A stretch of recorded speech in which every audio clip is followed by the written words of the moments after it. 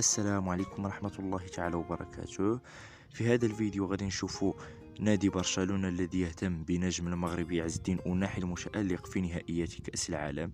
يحظى عز الدين أناحي لاعب وسط الميدان للمنتخب المغربي باهتمام من نادي برشلونة الإسباني حسب ما ذكرت صحيفة موندو ديبورتيفو الإسبانية، وذلك بعد مستوى الرائع الذي ظهر به نجم فريق إنجي الفرنسي مع منتخب بلاده في نهائيات كأس العالم، ومساهمته بالوصول إلى نصف النهائي في إنجاز فريد لأسود الأطلس.